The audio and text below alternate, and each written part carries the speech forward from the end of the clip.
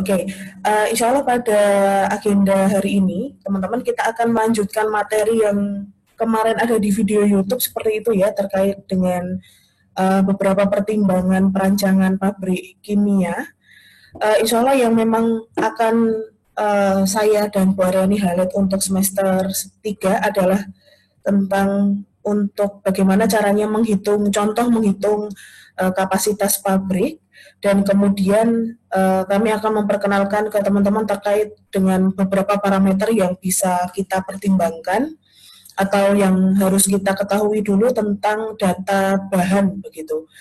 Oke, izinkan saya untuk share screen ya.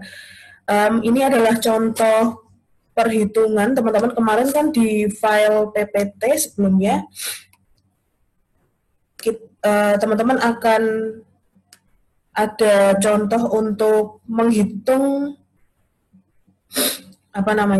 kapasitas pabrik metil asetat kalau nggak salah ya, metil asetat pada tahun 2030. Nah, ini adalah data yang harus teman-teman dapatkan dulu sebelum teman-teman menghitungnya. Apa saja itu? Yang harus teman-teman dapatkan adalah 1, 2, 3, 4, 5, 6, 7. Jadi ada 7 data. Dalam artian ini adalah ada 6 kelompok, begitu ada 6 kelompok data yang harus teman-teman siapkan sebelum besok teman-teman akan mempertimbangkan untuk merancang pabrik. Data yang pertama adalah data impor. Karena kita ingin menghitung metil asetat seperti itu teman-teman, maka kita akan harus mengetahui data impor dari metil asetat. Itu adalah data kelompok pertama yang harus teman-teman tahu. Insya Allah nanti bagaimana cara mendapatkan data, ini insya Allah datanya real begitu ya. Data ini akan teman-teman dapatkan langsung dari BPS atau Badan Pusat Statistiknya Indonesia begitu. Sebenarnya saya bisa mengakseskan BPS, tetapi tadi pagi masih belum bisa diakses seperti itu. Nanti kalau semisal websitenya BPS sudah agak baik lagi, nanti saya akan share di YouTube aja ya gimana caranya mendapatkan data-data angka ini. Itu saya lanjutkan ya. Jadi data yang pertama yang harus teman-teman dapatkan adalah data impor metil asetat. Dalam hal ini adalah kapasitas produksi atau produk yang kalian dapat, yang akan kalian produksi itu apa. Selain itu, selain impor, data yang kedua, kelompok data yang kedua adalah teman-teman harus tahu begitu data ekspor dari metil asetat. Selain data impor dan ekspor, teman-teman juga kalau bisa begitu ya, kalau bisa kita tahu data produksi untuk metil asetat. Biasanya data produksi metil asetat ini, produksi dalam negeri begitu ya, produksi dalam negeri metil asetat ini akan relate dengan kelompok yang keenam, kelompok data yang keenam, yaitu tentang pabrik penghasil metil asetat. Untuk data produksi memang biasanya kita tidak ambil dari BPS seringnya teman-teman, jadi kita lebih kepada ambil data. Jadi yang saya highlight hijau ini adalah contoh begitu, contoh data yang akan kita gunakan. Nah, 150.000 biasanya akan terdiri kalau di BPS sudah terpampang datanya, oh ternyata metil asetat dia produksinya 150.000 begitu, maka teman-teman akan bisa mencari 150.000 itu merupakan komposisi dari pabrik apa saja begitu. Nah, ini saya contohkan ya PTWXYZ saja untuk data penghasil metil asetat, karena ini nanti akan berguna untuk menghitung terkait dengan kapasitas produksi. Oke, itu data ketiga dan keenam. Kemudian data yang keempat, selain data produksi, impor dan ekspor, teman-teman juga akan harus bisa memiliki data yang keempat, yaitu data konsumsi dalam negeri metil asetat, gitu ya. Jadi ada 5 data sekarang yang sudah kita harus punyai untuk menghitung kapasitas pabrik metil asetat. Selain itu, data yang terakhir yang teman-teman juga harus bisa mencarinya begitu ya, yaitu data ketersediaan bahan baku. Ini saya highlight semuanya dengan menggunakan mungkin warna merah muda aja kali ya. Seperti itu.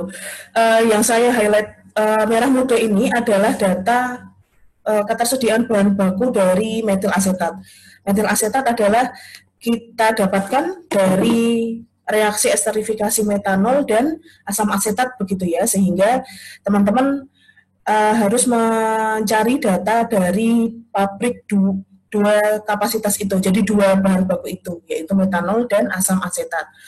Tetapi jika semisal kemudian ternyata reaktan dalam untuk teman-teman nanti menghasilkan produk itu hanya satu, maka teman-teman cukup mencari data penghasil reaktan itu cukup satu saja pabriknya. Dan kalau semisal juga teman-teman mendapatkan atau membutuhkan reaktan yang dari alam atau eksplorasi, itu juga kita bisa tampilkan datanya dalam bentuk urean. Misal seperti ini kan metil asetat, jadi kebetulan metil asetat kan kita butuh metanol dan asam asetat, yang kemudian yang ternyata metanol dan asam asetat ini adalah produk hasil pabrik yang lain. Jadi metanolnya adalah zat kimia antara begitu ya, zat kimia antara, sehingga teman-teman insya Allah bisa mencari data pabrik penghasil metanol dan asam asetat. Lain halnya jika teman-teman besok ingin bikin pabrik semen. Kalau pabrik semen kapasitas atau bahan baku utamanya adalah antara lain CaCO3, kemudian Fe2O3, kemudian SiO2, kemudian gipsum CaSO4. Nah, ini adalah data bahan baku penyusun semen. Di sini ada Al2O3 ya, lumayan cukup banyak soalnya. Ini jadi ada 5 kelompok utama bahan atau reaktan yang penyusun semen seperti itu teman-teman. Nah, kebetulan CaCO3, Fe2O3, SiO2 dan Al2O3 ini tidak dihasilkan secara komersial di suatu industri tertentu begitu, sehingga hampir kebanyakan 4 ini dari CaCO3, Fe2O3, SiO2 dan Al2O3 ini adalah bahan tambang begitu. Jadi untuk teman-teman bisa mendapatkan data ketersediaan bahan baku, maka teman-teman nanti bisa menjabarkan tambang atau batu kapur gitu ya, batu kapur di daerah tertentu, semisal daerah Tuban, dia memiliki komposisi CaCO3-nya berapa begitu deh. Dan kemudian luas dari gunung kapurnya berapa. Nah, itu nanti bisa kita hitung terkait dengan berapa toh kelimpahan CaCO3 yang ada di alam begitu. Itu pun juga untuk Fe2O3 pasir besi, ini nanti berarti karena dia bahan tambang begitu, maka teman-teman bisa melis dia ada di sumber di gunung mana begitu ya. Misalnya di Gunung Kapur di Tuban, Gunung Kapur Tuban, di sini ternyata khususnya untuk semen Gresik begitu ya, ambilnya dari Gunung Kapur yang ada di Tuban, dia memiliki ketersediaan bahan baku sekitar dia ada 500 hektar seperti itu, sehingga nanti di sini kita bisa konversi, kita bisa mendapatkan sekian-sekian ton CaCO3.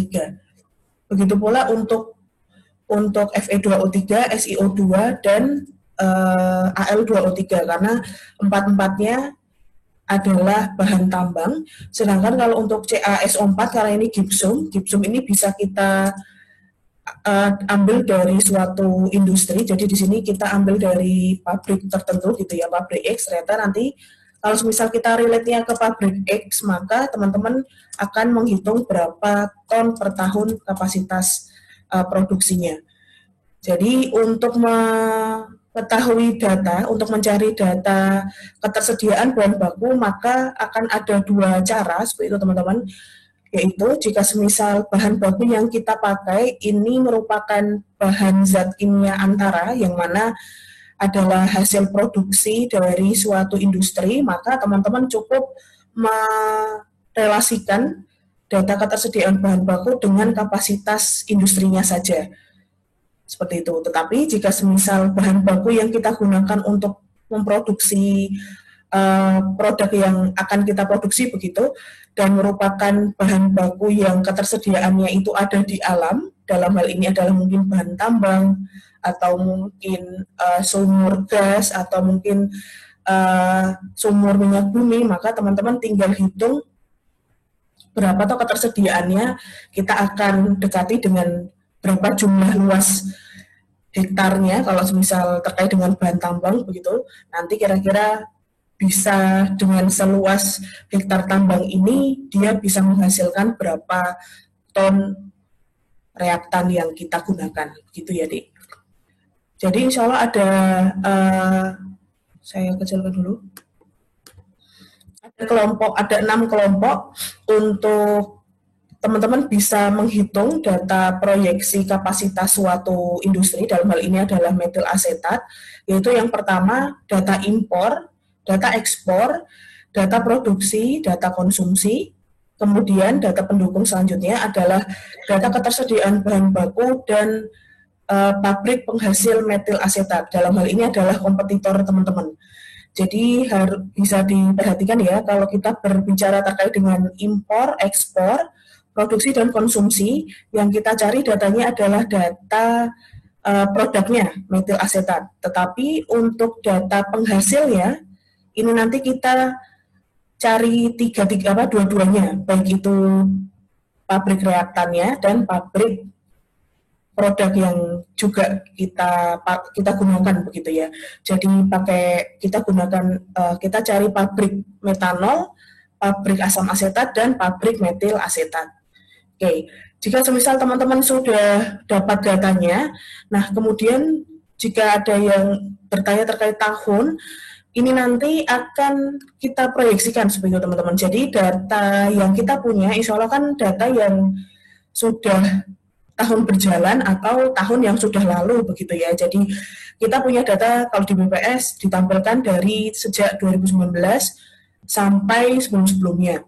Seperti itu. Nah, padahal kita akan mendirikan pabrik ini di tahun 2030, yang mana pabrik ini itu kita masih nggak tahu berapa tuh sebetulnya impornya di tahun 2030, kemudian ekspornya di tahun 2030, produksinya dan konsumsinya begitu.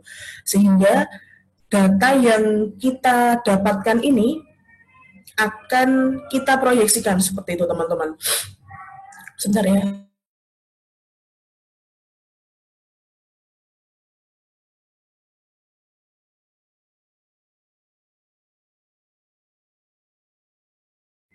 Oke, sehingga data ini akan kita proyeksikan. Nah, untungnya kita sudah pakai Excel ya, Dik. Kalau semisal di offline kan saya tulis pakai tangan dan teman-teman akan hitung dengan menggunakan kalkulator biasa. Nah, ini kita harus proyeksikan supaya teman-teman, jadi gimana data ini kita bisa memprediksi kalau tahun 2030 itu berapa kapasitas impornya, berapa besar ekspornya, berapa besar produksinya, dan berapa besar konsumsinya. Kita pindah ke sheet yang selanjutnya. Jadi untuk mengetahui menghitung kapasitas pabrik, teman-teman akan pakai 3 step, yaitu teman-teman harus tahu proyeksi kebutuhan metil asetat di tahun 2030 dulu.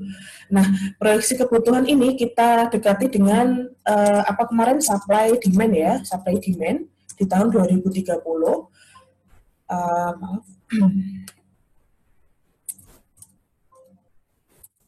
Ini kita akan dekati dengan supply demand 2030 dengan cara kita akan hitung supply-nya di 2030. Ini terdiri dari supply, terdiri dari impor dan produksi di tahun 2030. Kemudian demand di tahun 2030 adalah ekspor dan konsumsi di tahun 2030 seperti itu. Nah, data ini teman-teman bisa buat begitu dengan cara memplotting data yang sudah ada seperti ini. Kita buat persamaan garisnya.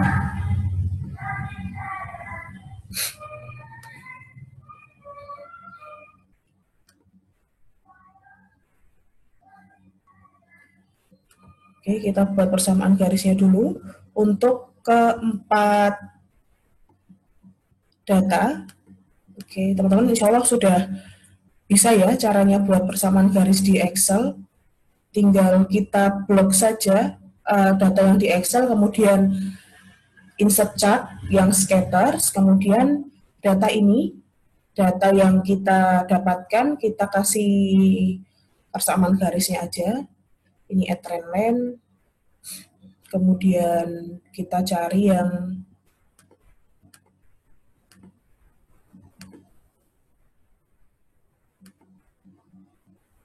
linear, kemudian kita displaykan persamaannya dan R square-nya.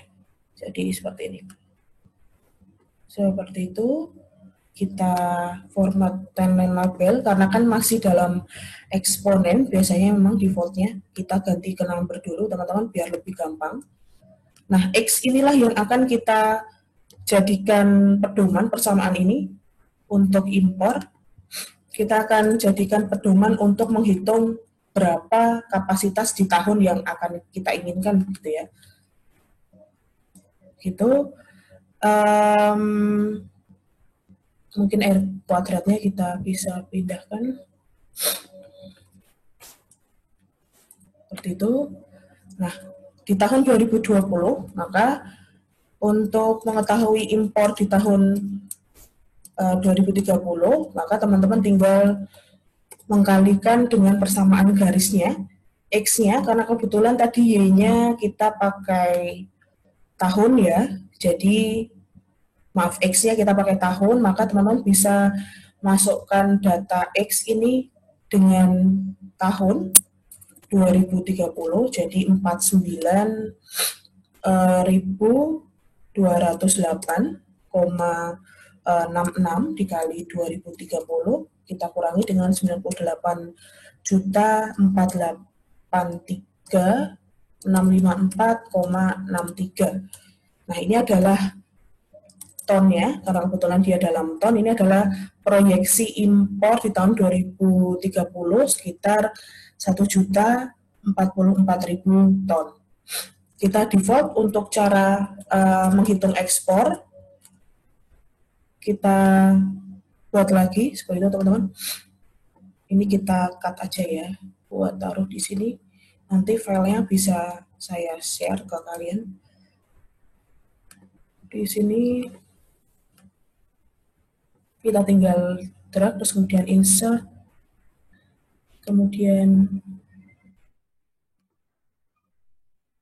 chartnya kalau saya pakainya yang scatter ya, biar lebih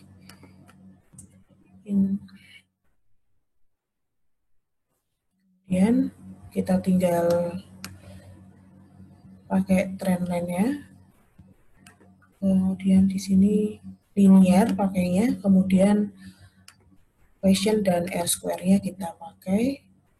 Setelah itu trend line labelnya.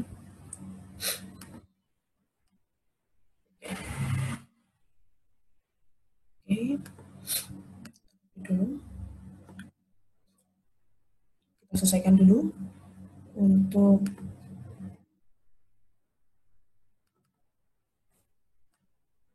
semakin bagus data R kuadratnya teman-teman, berarti semakin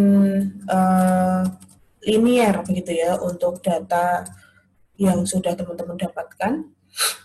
Di sini kita tinggal masukkan 6.223,4 dikali 2030 dikurangi 12, 503, 221,27. Seperti itu. Ini untuk ekspor. Kemudian untuk konsumsi atau produksi ya. Nah, karena produksinya datanya adalah sama begitu 150.000 semuanya, maka insya Allah akan linear 100% begitu ya. Jadi kita bisa langsung pakai begitu, karena kebetulan datanya sama setiap tahun 150.000, maka kita bisa langsung masukkan produksi untuk 2030 adalah 150.000 ton.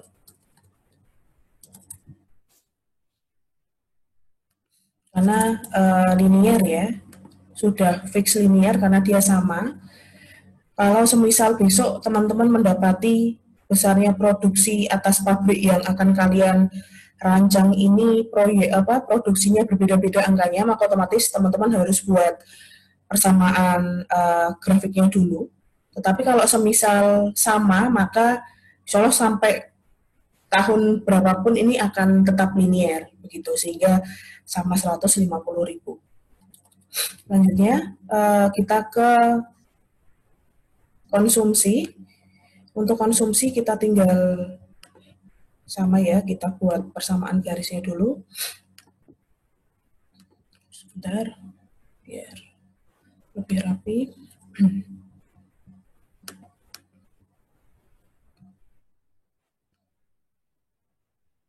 Kemudian, oke. Jangan lupa di format trendline label, biar nanti teman-teman angkanya lebih jelas pada saat untuk menghitungnya. Nah, sekarang kita ke konsumsi. Ini kita copy dulu.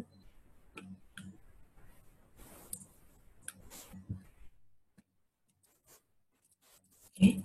Sehingga besarnya konsumsi untuk tahun 2030 adalah, saya geser ya biar kelihatan, 51.229,03 kali 2030 dikurangi 102.291.812,11. Ini adalah tonnya. Oke. Nah, dari sini jadi data yang teman-teman dapatkan ini akan digunakan untuk menghitung keempat hal yang baru ini teman-teman, yaitu impor, ekspor, produksi, dan konsumsi. Sehingga dari sini kita bisa hitung supply 2030, kemudian demand 2030 begitu. Supply akan terdiri dari impor dan produksi, impor dan produksi. Sedangkan untuk demand adalah ekspor dan konsumsi seperti itu. Nah, di sini kita bisa lihat perubahan, bukan perubahan ya, perbedaan yang lumayan cukup signifikan di sini, yaitu hampir lumayan cukup banyak ya, di 1 juta. Jadi sampai metil asetat untuk di tahun 2030 adalah 1.194.000 sekian ton. Sedangkan kebutuhannya adalah 1.833.000 sekian ton. Sehingga di sini kita bisa selisihkan kira-kira berarti proyeksi kebutuhannya. Jadi peluang begitu, peluang kapasitas yang bisa didirikan adalah kita kurangi antara demand dengan supply-nya begitu ya, demand dengan supply-nya. Ini adalah 638.000 sekian ton. Jadi secara komersial teman-teman bisa dari sisi supply demand-nya, teman-teman bisa dengan mendirikan pabrik yang baru nih, teman-teman bisa mendirikan sekian banyak kapasitas, jadi 638.000 ton. Tetapi untuk mendasarkan gimana caranya menghitung kapasitas itu tidak hanya ditinjau dari supply dan demand-nya saja, tetapi teman-teman harus melihat dua step lagi, yaitu nomor 2 dan nomor 3. Apa itu yang nomor 2? Nomor 2 adalah teman-teman lihat ketersediaan bahan bakunya, begitu. Nah, dari sisi ketersediaan bahan baku, maka catatan atas ini yang harus teman-teman ketahui adalah bagaimana reaksinya, begitu Dik. Jadi bagaimana perbandingan reaktan yang mungkin terjadi pada reaksi. Nah, di sini nanti beda-beda begitu ya. Jadi kalau semisal kalian akan memproduksi semisal pabrik yang etanol dari hidrasi etilen. Etilen dengan udaranya ini nanti akan memiliki perbandingan mol 1:3 begitu. Jadi 1:3 itu pun juga akan mempengaruhi berapa toh sebenarnya ketersediaan bahan baku yang nanti kemudian akan mengerucut berapa toh peluang kapasitas yang bisa kalian dirikan. Nah, kebetulan sesuai dengan di contoh sebelumnya bahwa dari sisi proses begitu, bahwa metil asetat yang merupakan reaksi dari metanol dan asam asetat ini dia hanya sederhana begitu, esterifikasi sederhana yang mana perbandingan reaksinya adalah 1:1 begitu. Jadi 1:1 dalam hal ini berarti 1 mol versus 1 mol gitu ya. 1 mol metanol kita akan reaksikan dengan 1 mol asam asetat, nanti dia akan bereaksi menjadi sekian metil asetat tergantung konversinya nanti berapa begitu. Nah, untuk menghitung ketersediaan bahan baku yang teman-teman cukup lihat adalah dari sisi perbandingan molnya dulu, karena sekali lagi suatu reaksi kimia untuk menghasilkan produk tertentu ada banyak variasi begitu terkait dengan perbandingan mol reaktannya. Ada yang 1:1, ada yang 1:2, ada yang 2:4, ada yang 2:6 begitu deh. Jadi data untuk perbandingan mol reaksi ini juga penting karena apa? Karena ini nanti akan kita relate dengan berapa tuh kira-kira kapasitas produksi ketersediaan bahan baku yang harus kita supply di pabrik ini. Nah, kalau ini contohnya untuk metanol dan asam asetat dan kemudian perbandingannya adalah 1 mol banding 1 mol, maka kalau kita dekati dengan BM-nya CH3OH dan CH3COOH, ini dia memiliki BM 12, 16, 32 ya, 32 kg per kilomol. Sedangkan untuk CH3COOH di sini saya hitung deh, saya lupa daripada salah deh. 32 ditambah 4. Nah,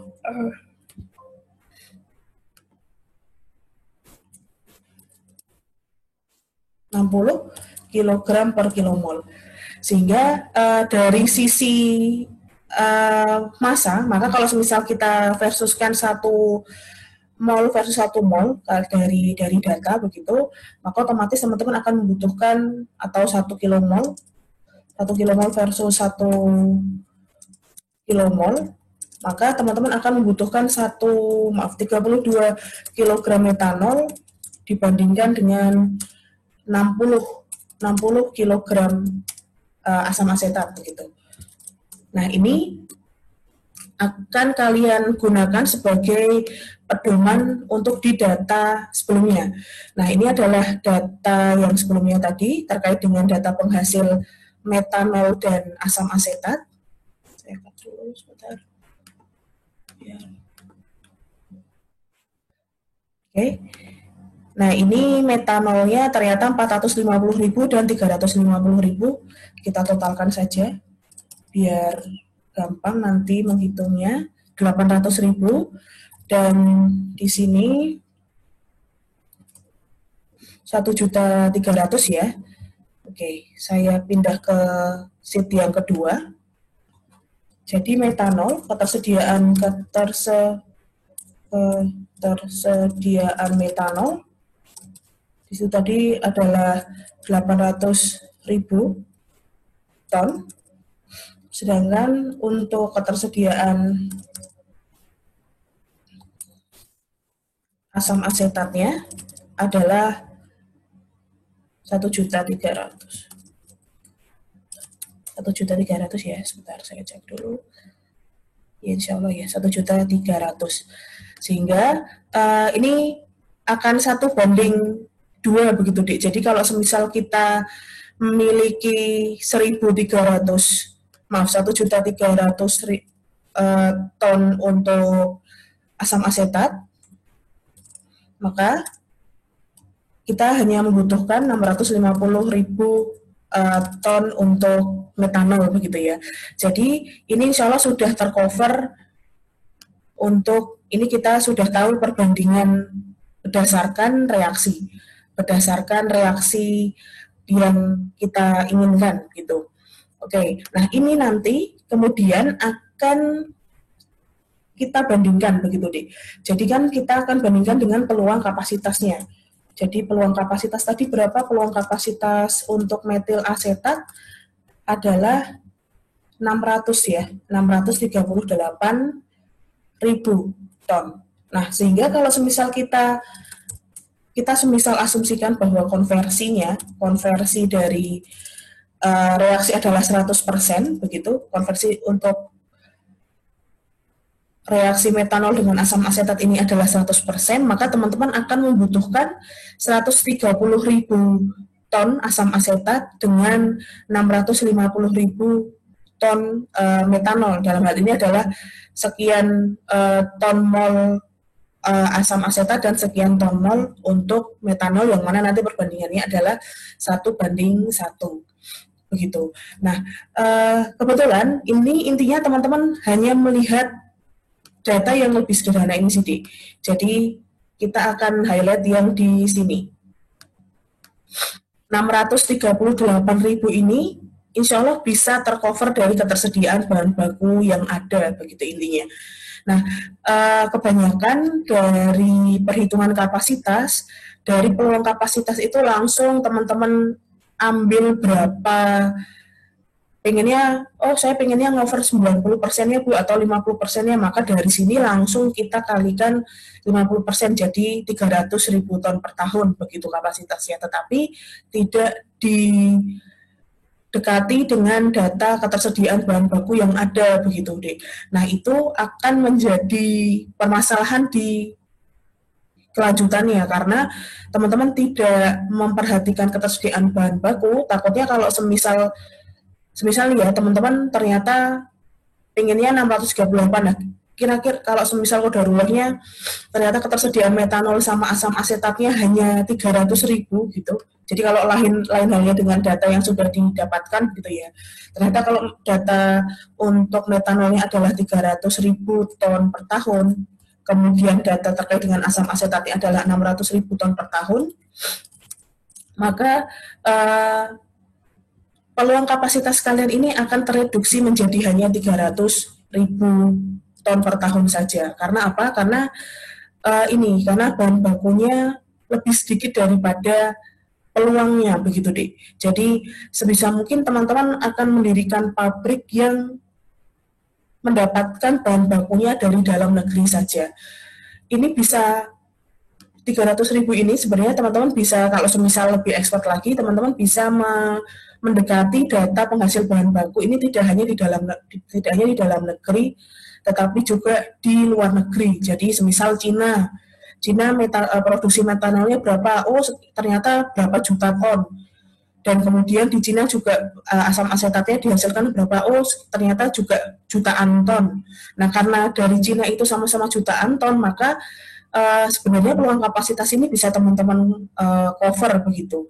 Tetapi jika kita datangkan begitu ya, kita datangkan bahan baku itu dari luar negeri, akan sangat menambah risiko dari pabrik kalian begitu. Jadi bisa jadi pada saat prosesnya, distribusinya terhambat, bisa jadi transportasinya mungkin agak terkendala, bisa jadi juga mungkin besok ada konflik antar negara, yang mana misal kita pakai Cina nih, kemudian Indonesia sama Cina konflik, maka otomatis Cina tidak bisa mengirimkan bahan bakunya ke kita. Nah, itu nanti akan berdampak juga pada pabrik kita yang kita dirikan nih, karena kita sangat tergantung oleh produksi di luar negeri, sehingga nanti bisa jadi produksi kita, pabrik kita ini juga tidak bisa berdiri.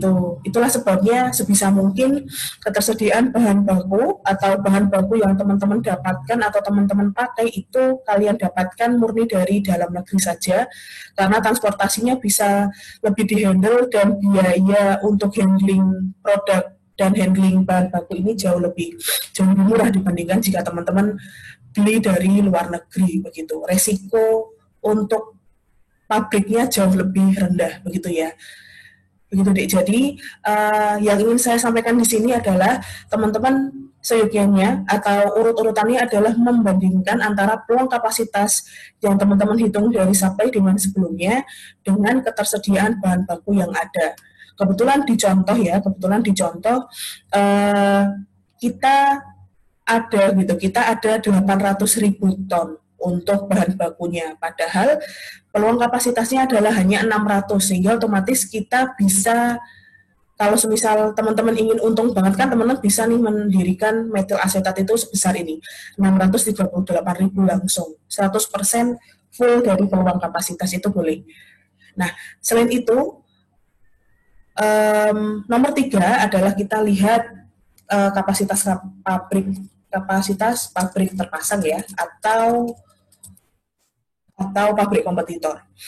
Nah, kita lihat dari data yang paling terakhir. Nah, ini nanti yang menjadi penentu begitu teman-teman, penentu kapasitas kalian itu komersialnya di mana. Nah, data yang saya highlight hijau ini adalah data di lapangan begitu, di lapangan yang kemudian akan menjadi pertimbangan paling besar suatu chemical engineer untuk mendirikan suatu pabrik kimia. Seperti yang kita tahu begitu ya, Dek, bahwa kita kalau mendirikan pabrik kimia ini akan berorientasi kepada keuntungan gitu ya, berorientasi kepada keuntungan. Nah, kemudian ternyata teman-teman pabrik yang kapasitas besar itu tidak serta-merta akan menghasilkan keuntungan yang besar juga begitu, karena semakin besar kapasitasnya maka otomatis desain alat prosesnya juga akan besar, karena kapasitas alat proses besar itu juga tidak mesti dia jauh lebih murah ya. Jadi dari desain keamanannya juga mungkin agak lebih kompleks, kemudian dari sisi jumlahnya juga akan jauh lebih banyak begitu, sehingga semakin tinggi kapasitas produksi tidak menjamin semakin tinggi juga keuntungan yang akan kalian dapatkan begitu teman-teman. Nah, untuk mempertimbangkan itu maka biasanya chemical engineer akan membandingkan begitu, dia akan membandingkan pabrik kompetitor yang sama begitu tuh ada di range kapasitas berapa sih begitu. Jadi data ini akan menjadi pedoman begitu untuk teman-teman bisa tahu. Jadi kapasitas terpasang ini kan sudah ada di Indonesia ya, dan otomatis dia sudah untung begitu deh. Jadi range data kapasitas terpasang ini akan memberikan informasi kepada calon perancang gitu ya, calon perancang pabrik untuk mengedukasi, oh ternyata range kapasitasnya kalau sudah layak begitu,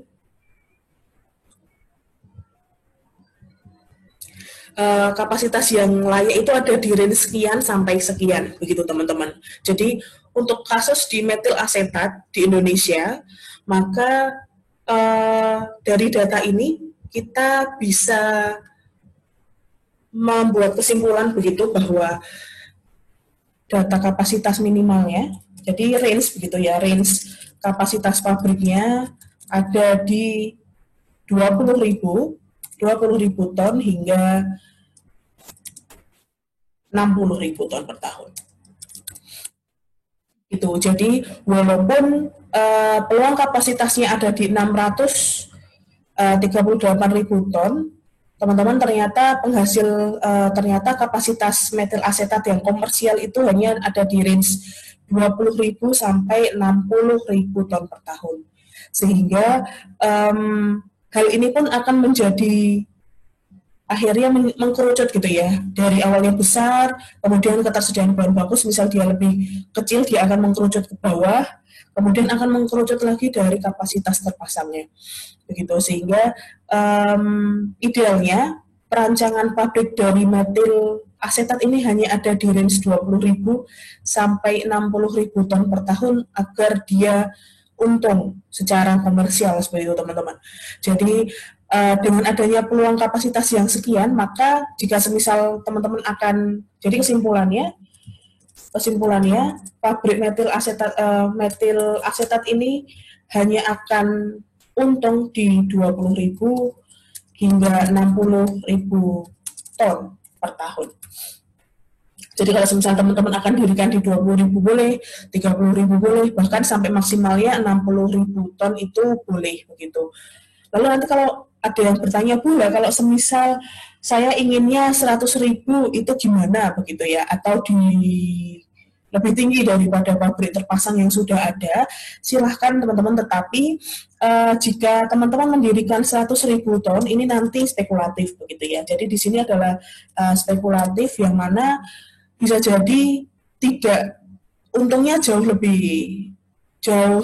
tidak terlalu tinggi dibandingkan kalau semisal nanti teman-teman akan hanya mendirikan 60.000 ton saja, karena itu tadi ya, dengan gap yang lumayan cukup tinggi dari kapasitas produksinya begitu, ini nanti akan berdampak kepada desain alat, kemudian dari desain alat, kemudian dari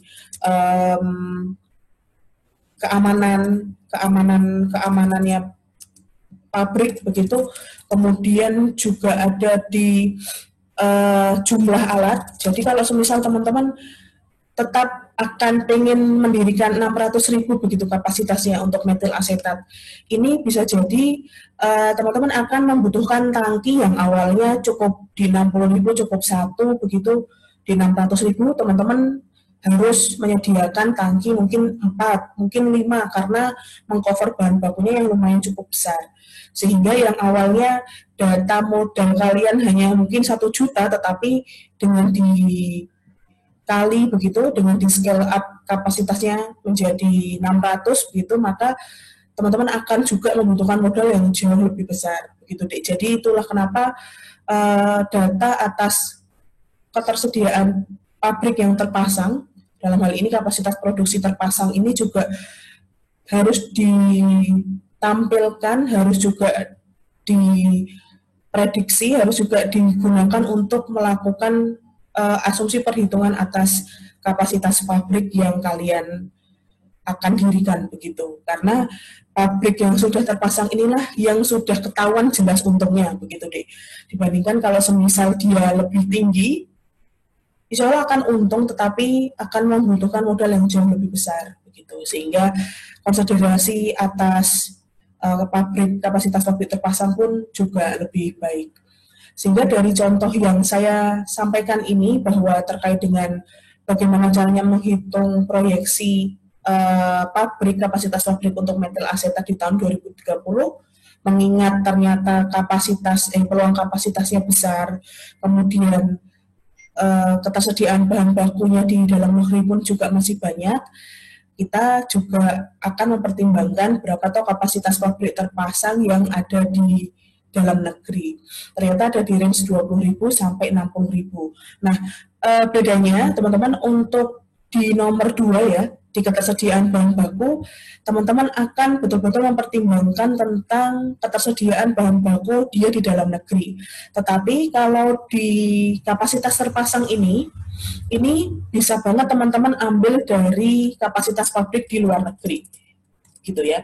Di luar negeri pun boleh banget begitu deh. Karena apa? Karena intinya terkait dengan data kapasitas terpasang ini kita cuma pengen tahu kok range pabriknya itu minimal itu berapa dan maksimal itu berapa begitu. Nah, ini kebetulan saya dapat pabrik ini itu ada di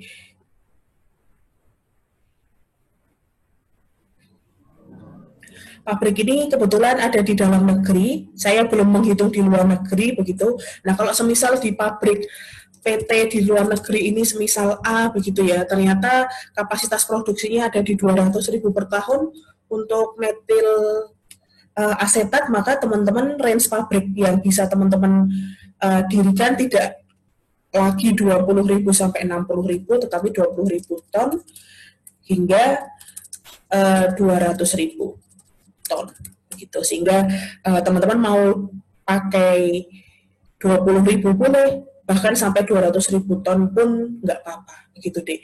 Jadi range terkait dengan kapasitas terpasang ini teman-teman bisa cari data sebanyak mungkin terkait dengan kapasitas produksi pabrik luar negeri boleh, dalam negeri boleh, untuk menghasilkan suatu metil asetat. Ini nanti akan menjadi range kapasitas saja untuk kalian begitu. Seperti itu untuk menjadi kayak gambaran begitu ya. Ternyata untuk memproduksi suatu pabrik, kapasitas suatu pabrik itu tidak asal-asalan, jadi perhitungannya cukup matang begitu, cukup matang agar nanti biar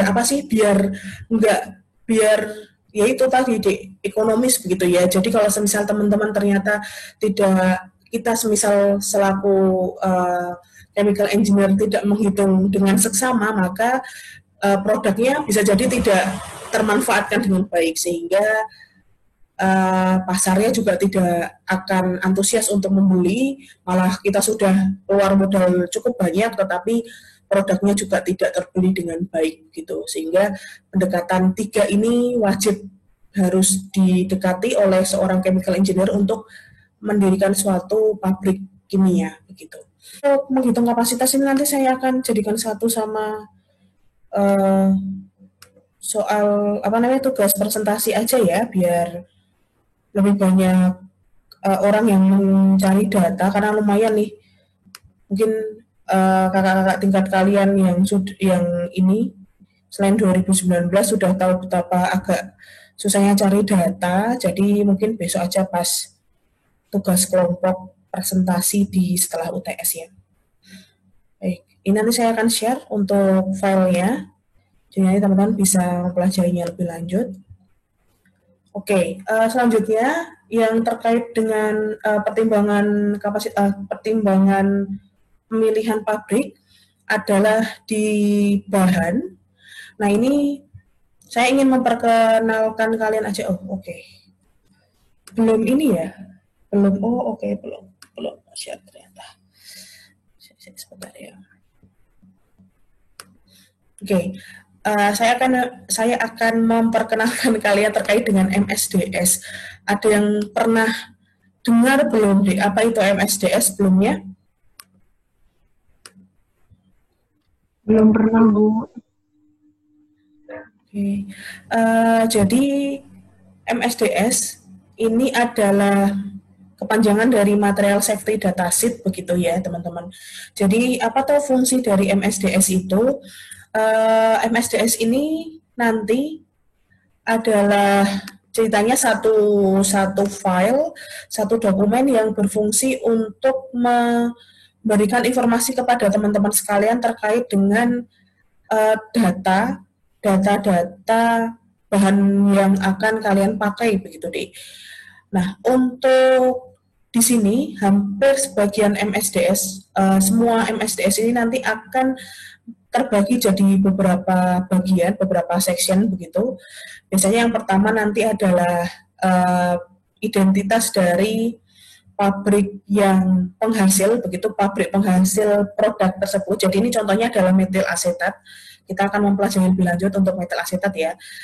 Ini diproduksi datanya oleh Chemtrade. Jadi di sini ada pabrik Chemtrade yang menghasilkan metil asetat. Jadi jika semisal teman-teman nanti MSDS ini nanti akan kalian pakai, akan teman-teman harus cari untuk metanol dan asam asetat ya, dalam artian untuk bahan bakunya.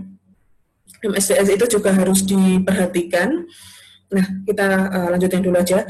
Bagian yang pertama biasanya penamaan, kemudian yang kedua adalah komposisi. Jadi komposisi dari metil asetat itu hasil keluaran pabrikan ini itu berapa persen kapasitasnya, komposisinya. Di sini 99%. Kemudian seksi ketiga atau bagian yang ketiga ini overview. Jadi overview atau catatan-catatan penting terkait dengan metil asetat. Nah, ini biasanya yang akan disampaikan di MSDS metil asetat atau MSDS kebanyakan adalah pertama, bentuk fisiknya itu seperti apa. Oh, ternyata dia cair, bening, begitu. Kemudian yang data-data terkait dengan bahan, kebayaan bahan itu secara overview disampaikan di section ketiga. Selain cair, ternyata flash point-nya di -10 derajat Celcius. Kemudian di sini ada tulisannya sangat mudah terbakar. Sangat mudah terbakar. Nah, di sini kita sudah tahu bahwa oh ternyata dia highly flammable gitu. Lalu di section ketiga, selain kita tahu oh ternyata metil asetat itu mudah terbakar, dia terus akan menyerang apa saja begitu Dek. Jadi bahan itu kalau semisal berbahaya itu nyerang apa saja. Oh ternyata nyerang mata, kemudian dia nanti kita akan menjadi pusing dan lain sebagainya kalau semisal kita teracuni metil asetat. Intinya MSDS ini akan menampilkan data-data terkait dengan kebahayaan bahan. Kemudian bagaimana caranya kita melakukan pertolongan pertama kalau semisal terpapar bahan tersebut. Karena kalau kena mata bisa jadi juga kita nggak jelas kita akan cuci pakai air gitu ya, tetapi semakin tinggi potensi bahaya bahannya, lama untuk mencuci dari air mengalir itu akan juga semakin lama. Nah itu akan dideskripsikan di dalam MSDS suatu bahan. Selain itu juga kalau semisal terbakar, kita memadamkannya pakai apa, itu juga spesifik disampaikan di MSDS. Nah, yang kemudian selain penanganan bahan kalau semisal kita terpapar, kemudian data bahannya, kita juga ditampilkan di section ke-7 adalah handlingnya atau penyimpanannya. Penyimpanan enaknya kayak gimana sih? Gimana caranya kita menyimpan? Gimana caranya kita nanti mendistribusikan bahan ini, begitu. Bahan ini ke dari alat satu ke alat yang lainnya. Nah, dia handlingnya seperti apa? Disampaikan juga di section ke-7. Kemudian selain itu juga ada data fisikal dan chemical, jadi sifat fisik dan sifat kimianya. Dan yang paling penting untuk teman-teman harus lihat itu adalah NFA dari bahan. Di mana ya tadi? Saya taruhnya kayak di atas deh. Nah ini. Jadi seorang chemical engineer terkait dengan MSDS harus teman-teman lihat pertama kali ini ya NFA rating. NFA rating, teman-teman. Apa itu NFA rating? NFA rating ini MSDS ini Oke, MSDS ini itu mendeskripsikannya seperti ini ya. Jadi hanya paragraf-paragrafnya saja, tetapi biasanya NFA rating atau diamond hazard itu ditampilkan seperti ini. Jadi ada 4 udah berapa menit yang lalu bagian begitu, ada 4 bagian yang kan tadi kita di situ iya kan di situ ya di situ dulu di situ ada 4 bagian yang terdiri dari warna biru, warna merah, kuning, dan putih. Nah, biru ini akan mendeskripsikan bahaya dia terhadap kesehatan kita. Jadi terhadap kesehatan, health hazard. Jadi birunya adalah health hazard terhadap kesehatan. Kemudian yang merah ini adalah terhadap fire data, jadi fire hazard, terhadap dia nanti flammable atau tidak, mudah terbakar atau tidak, itu ada di yang merah. Kemudian yang kuning ini adalah reactivity atau reaktivitas, dia korosif atau kemudian dia nanti karsinogenik, begitu, bukan karsinogenik. Kalau kuning itu biasanya reaktif, mudah, jadi mudah terkena korosi seperti apa, itu data reactivity-nya ada di kuning. Sedangkan yang di putih ini adalah special equipment. Jadi kalau semisal data ini ada, data kuning ini ada tulisannya, maka otomatis handling bahan tersebut harus spesifik, begitu deh. Jadi teman-teman harus pakai glove atau teman-teman pakai APD lengkap, itu nanti terhadap bahan di sini nanti ada tandanya, begitu. Nah, yang harus teman-teman ketahui dulu sebelum nanti ke detail dari MSDS seperti yang kita bahas sebelum-sebelumnya, yang harus teman-teman lihat adalah angkanya. Jadi di MSDS itu baik di biru, merah, dan kuning ini nanti ada angkanya, begitu deh, dari 1 sampai 7, begitu teman-teman. Jadi kalau semisal itu nanti akan mendeskripsikan tingkatan, begitu ya, tingkatan dari keberbahayaan bahan itu terhadap 3 aspek ini. Jadi terhadap kesehatan, terhadap api, jadi terhadap kemudahan terbakar, dan terhadap reaktivitasnya. Begitu. Jadi semakin tinggi akan semakin banyak bahayanya, begitu. Nah, yang ini kenapa saya kenalkan, karena ada beberapa yang dulu mungkin sempat terlewat, begitu ya. Jadi saya harap setelah PIK ini teman-teman bisa lebih paham, begitu, bahwa MSDS ini akan mempertimbangkan resiko pabrik. Nanti insya Allah akan connect di ekonomi, analisis ekonominya, begitu, terkait dengan low risk dan high risk-nya nanti. Risiko rendah atau risiko tinggi suatu pabrik kimia, begitu ya. Jadi kalau pada saat besok teman-teman semisal pengen bikin pabrik tadi, semisal metanol, asam asetat menjadi metil asetat, maka 3 bahan itu teman-teman harus lihat MSDS-nya masing-masing. MSDS untuk metanol seperti apa, kemudian MSDS untuk asam asetat itu seperti apa, dan MSDS untuk metil asetat itu seperti apa. Jika kemudian, gitu ya, jika kemudian diamond hazard dari mereka semuanya itu ada yang lebih dari sama dengan 3, jadi di sini ada 3, maka ini menjadi perhatian khusus buat teman-teman. Tetapi kalau semisal data diamond hazard-nya ini hanya 0, 1, dan 2, maka terhadap diamond hazard, bagian diamond hazard ini tidak terlalu diperhatikan, nggak apa-apa, jadi dia masih aman, begitu deh. Jadi kalau semisal metil ya, metil asetat ini kebetulan hold-nya 2, flammability-nya 3, instability-nya 0. Instability ini berarti reactivity ya, yang kuning. Jadi birunya 2, merahnya 3, kemudian instability, reactivity-nya yang kuning ini 0. Maka khusus untuk MSDS metil asetat, kita akan memperhatikan lebih lanjut adalah bagian flammability, begitu. Jadi kalau bagian merah itu lebih besar sama dengan 3, maka section yang harus kita perhatikan adalah ini, teman-teman. Section 5 terkait dengan firefighting-nya atau data apinya, kemudian bagian-bagian juga yang memperlihatkan terkait dengan api. Jadi kayaknya cuma section itu aja sih. Ya, betul.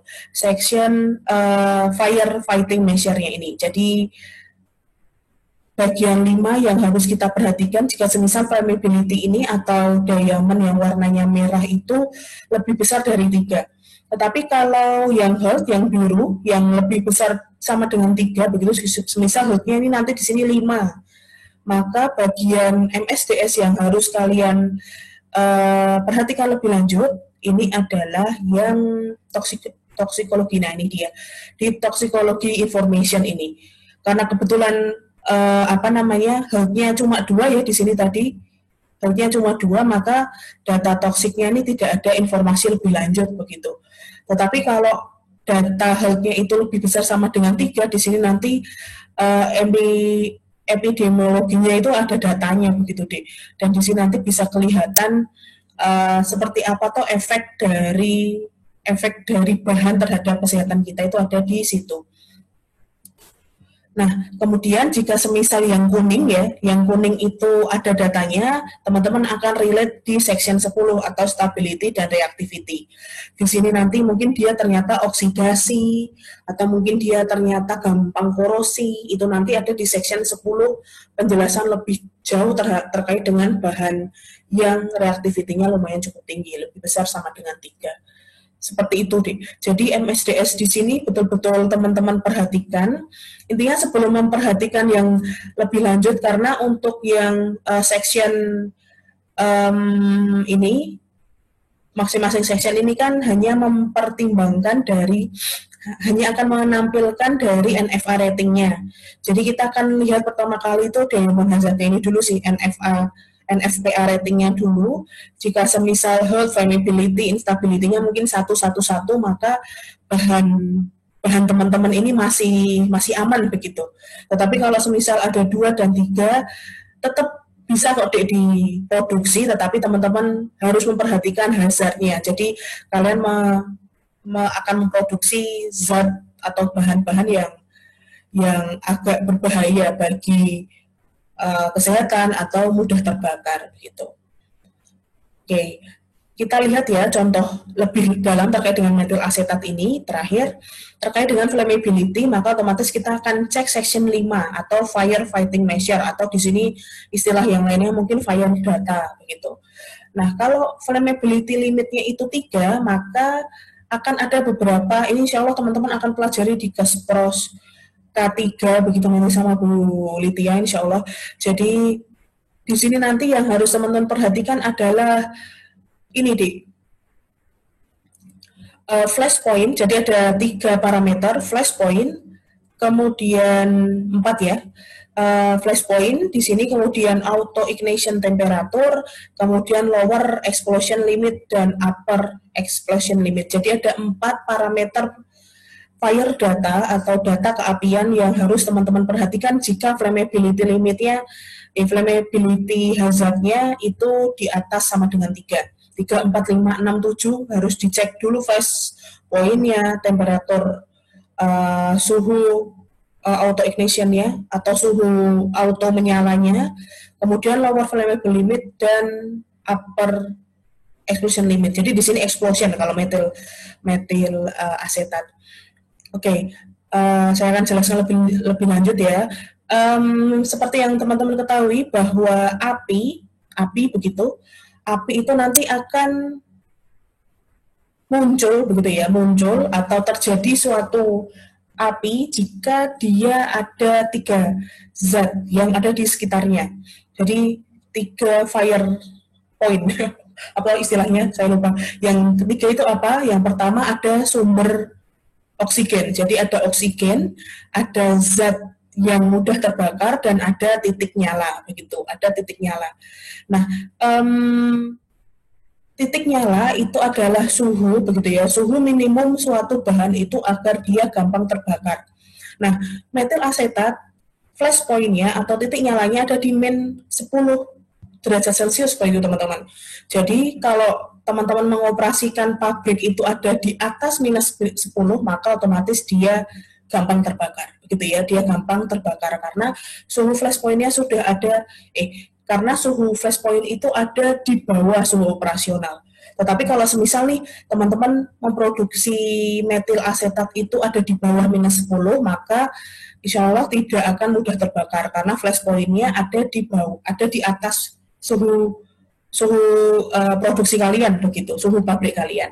Tetapi karena kebetulan suhu operasi kita mestinya di atas 30 ya, apalagi nanti reaktor mungkin suhunya lebih tinggi dari 30, maka dia sudah lebih tinggi dari flash point, maka metil asetat itu akan gampang nyala, sudah masuk ke kategori sudah gampang menyala. Jadi tinggal ada oksigen nggak di sana. kemudian ada bahan bakar yang ada bahan yang mudah terbakar, tidak begitu. Jadi kalau sudah ada oksigen, sudah ada bahan yang mudah terbakar, maka otomatis pabriknya akan terbakar. Kayak gitu deh. Itu untuk flash point. Lalu yang selanjutnya adalah auto ignition. Jadi di sini jika misalkan kalau flash point sampai suhu 453,9 derajat Celcius ceritanya dia sudah gampang terbakar. Tetapi kalau semisal suhu reaksi kalian atau suhu di pabrik kalian itu ada di 454 derajat Celcius, maka otomatis si metil asetat ini akan langsung menyala otomatis begitu teman-teman, karena suhunya sudah mengcover untuk dia bisa menyala. Jadi kalau flash point adalah suhu yang digunakan atau yang dibutuhkan oleh suatu bahan itu dapat terbakar atau menyala gitu ya. Nah, temperatur auto ignition itu adalah suhu yang digunakan oleh suatu bahan itu untuk bisa menyala tanpa ada agregat 32 itu tadi, oksigen dan bahan yang mudah terbakar. Jadi kalau sudah ada di suhu itu, metil asetat sudah langsung otomatis sudah bisa terbakar. Begitu deh. Itu dua parameter. Selanjutnya yang terakhir adalah lower explosion limit dan upper explosion limit, atau di istilah MSDS yang lain lower flammable limit atau upper flammable limit. Nah, volume inilah yang nanti menjadi concern ke teman-teman. Jadi kan pabrik itu kan ada banyak aliran pipa ya, nanti kita akan pelajari lebih lanjut. Nah, pipa inilah yang akan kita harus cek. Metil asetatnya kadarnya berapa di dalam pipa tersebut, begitu teman-teman. Nah, kalau di dalam suatu aliran pipa, metil asetat itu ada di range 3,1% volume sampai 16% volume, maka pipa tersebut akan sangat mudah bisa terbakar, begitu. Sangat mudah bisa terbakar, karena yang disebut dengan explosion atau flammable limit ini adalah batas volume, jadi kadar gitu ya, kadar suatu bahan di dalam suatu aliran itu untuk bisa terbakar. Jadi semisal di pipa aliran nomor 13 gitu ya, pipa aliran nomor 13 ternyata metil asetat itu ada di kadar 10% volumenya. Nah, jika pipa tersebut bocor saja gitu ya, kemudian suhu aliran itu ada di 30 derajat dan bocor sedikit, maka kita bisa pastikan bahwa pipa aliran 13 itu nanti akan gampang banget terbakar, karena dia masih ada di range explosion atau flammability limitnya, begitu. Kemudian dia sudah ada di range di atas flash point, kita tinggal pastikan sih ada oksigen nggak di kebocoran pipa itu. Jadi kalau semisal sudah ada pipa yang bocor, ada oksigen yang ada di sekitarnya, maka otomatis pabrik aliran pipa teman-teman itu nanti akan mudah terbakar. Begitu teman-teman. Nah, itu yang harus kita sadari bersama begitu selaku chemical engineer besok, khususnya pada saat besok teman-teman bekerja di pabrik kimia khususnya begitu, teman-teman harus bisa memperhatikan aliran-aliran setiap pipa yang ada di dalamnya bahan-bahan yang mudah terbakar. Jadi mudah terbakar, terus kita cek limitnya lower dan uppernya berapa begitu. Kalau semisal ada di bawah lower, jadi kalau semisal tadi di pipa aliran nomor 13 itu ternyata metil asetatnya kadarnya di situ volumenya 60%, maka dia tidak akan mudah terbakar karena sudah ada di atas upper flammability limitnya. Ataupun jika semisal aliran 13 itu adalah aliran menuju ke UPL yang kemudian konsentrasinya ada di bawah 2, jadi misal kadar metil asetatnya cuma 1% volume, maka aliran nomor 13 pun itu juga tidak akan mudah terbakar karena ada di bawah lower flammability limitnya. Begitu teman-teman. Jadi terkait dengan MSDS, saya ingin memperkenalkan saja bahwa MSDS ini sangat penting bagi kita jika kita kenal gitu ya, kita kemudian kontak erat dengan bahan-bahan kimia. Pengetahuan terkait dengan MSDS itu sangat penting untuk teman-teman ketahui lebih lanjut untuk mengetahui apa saja atau hazard yang ada di dalam bahan tersebut, apakah dia beracun bagi kita, ataukah dia mudah terbakar, ataukah dia reaktif, atau dia tidak stabil, dan lain sebagainya. Begitu deh, insya Allah. Oke, catnya baik juga ya. Oh, alah. Eh, oke. Ya, ya. Insya Allah itu untuk materi terkait dengan, saya buka dulu ya, untuk slide yang terkait pertimbangan pabrik tadi.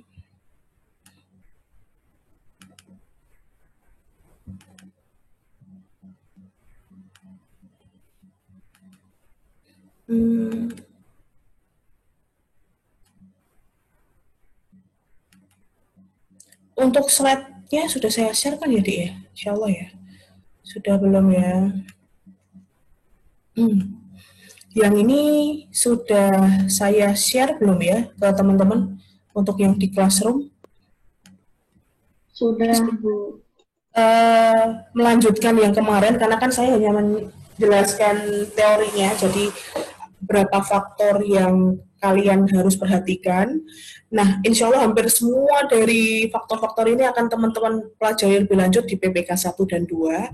Tetapi yang relate dengan materi PIK adalah yang itu tadi, terkait dengan tinjauan komersial dan kapasitas pabrik, dan terkait dengan potensi kebayaan bahan. Ini nanti, jadi di sini yang saya highlight hijau itu nanti berkaitan erat dengan MSDS-nya, kemudian yang kuning tadi berkaitan erat dengan Excel yang saya sampaikan tadi sebelumnya, yang menghitung kapasitas produksi. Insya Allah untuk mempelajari lebih lanjut ini, teman-teman akan saya review ulang nanti pada saat presentasi kelompok saja ya, setelah UTS, karena kan setelah UTS nanti lebih banyak nanti teman-teman akan melakukan presentasi terkait proses produksi pabrik tertentu yang nanti akan saya bagi. Nah, itu nanti saya akan minta teman-teman untuk meninjau MSDS-nya, potensi bahayanya seperti apa, baik itu dari sisi bahan baku dan dari sisi produknya.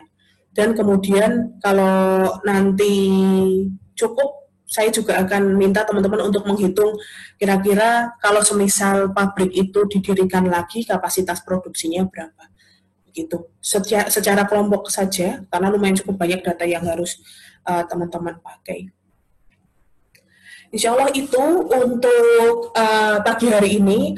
Materi terkait selanjutnya adalah tentang tahapan proses kimia, tahapan yang ada di proses industri kimia.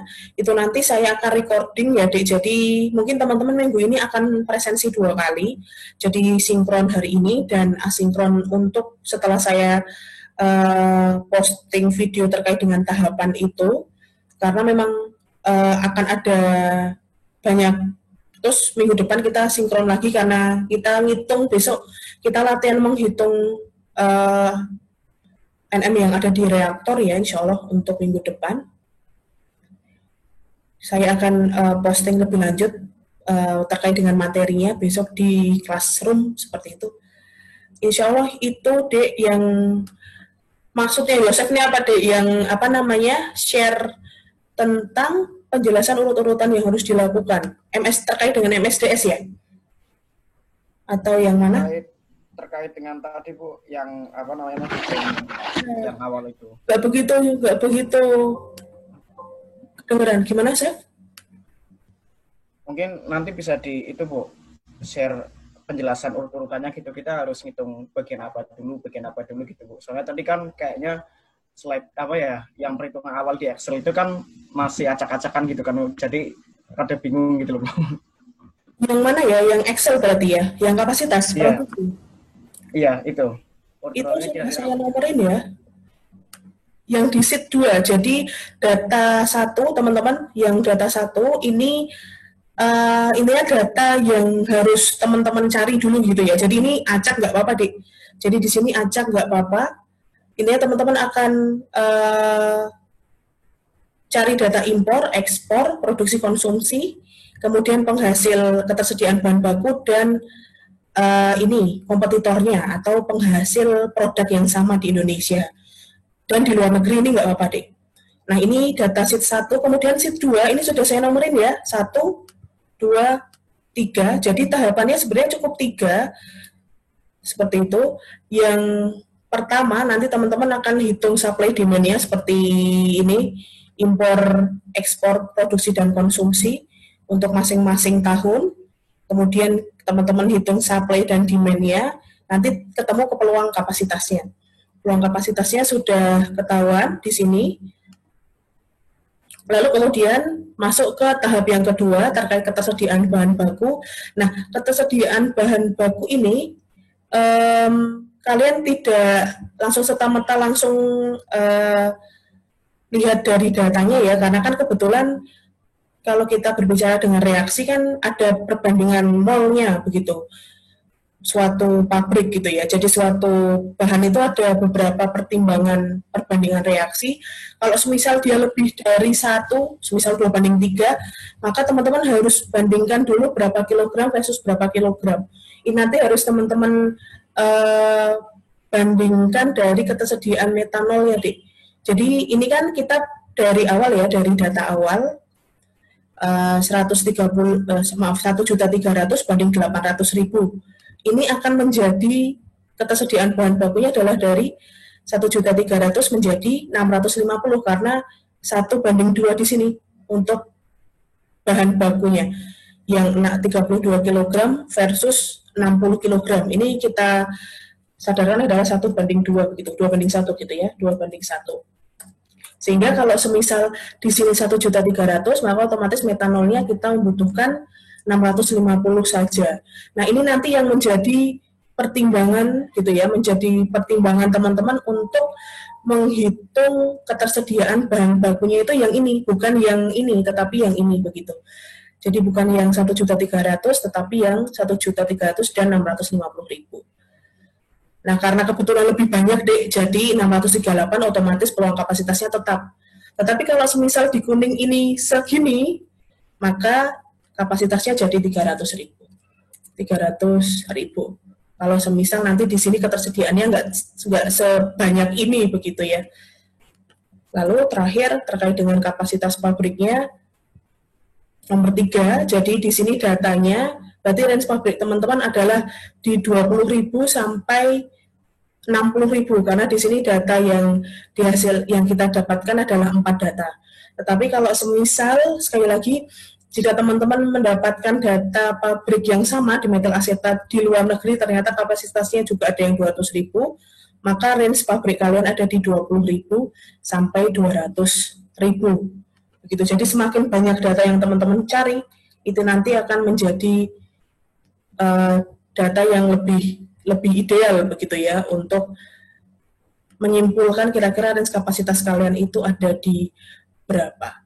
Insya Allah seperti itu, Yosef. Nanti saya ketik deh. Nanti kalau misal belum paham, Yosef bisa chat di postingan ya terkait ini. Ada lagi mungkin? Oke, siap. Makasih, Bu. Ya, oke. Baik. Insya Allah nanti recordingnya saya posting khusus di kalian, begitu karena tadi ada presensi. Mungkin saya edit dulu. Oke. Insya Allah itu, teman-teman, atas perhitungan kapasitas dan ini nanti PPK 1 kalian akan dapatkan sih, jadi saya harap teman-teman masih ingat sampai besok semester 6 begitu ya untuk menghitung kapasitas pabrik. Kita tutup, ada yang ingin tanyakan lagi teman-teman? Kalau tidak kita bisa akhiri dengan mengucapkan hamdalah bersama-sama. Alhamdulillahirabbil alamin. Subhanakallahumma wa bihamdika asyhadu an la ilaha illa anta astaghfiruka wa atubu ilaik. Wassalamualaikum warahmatullahi wabarakatuh semuanya. Waalaikumsalam. Wabarakatuh.